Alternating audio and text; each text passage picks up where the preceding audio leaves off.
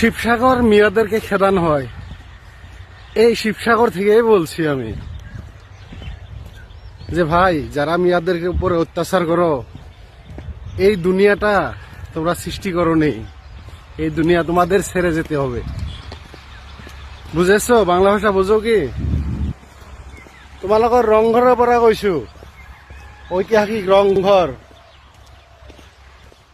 ইয়াৰ পৰা তোমালোকে এটা কথা জানি লোৱা, এই পৃথিৱী কাৰো বাবে চিৰস্থায়ী নহয়। ইয়াৰ যিজন ৰজা আছিল তেখেত কিন্তু আজি নাই, তোমালোকে এৰি যাব লাগিব।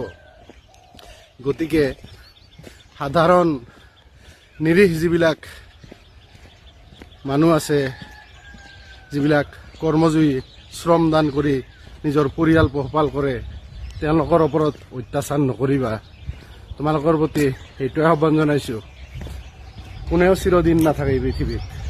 এই ৰংঘৰৰ মালিক যিজন ৰজা আছিল তেখেত কিন্তু আজি নাই, তোমালোকে নাথাকা, কিন্তু তোমালোকৰ কীৰ্তি, কাৰ্য, ঐতিহ্য তোমালোক ভাল কৰিলেও থাকিব, বেয়া কৰিলেও থাকিব।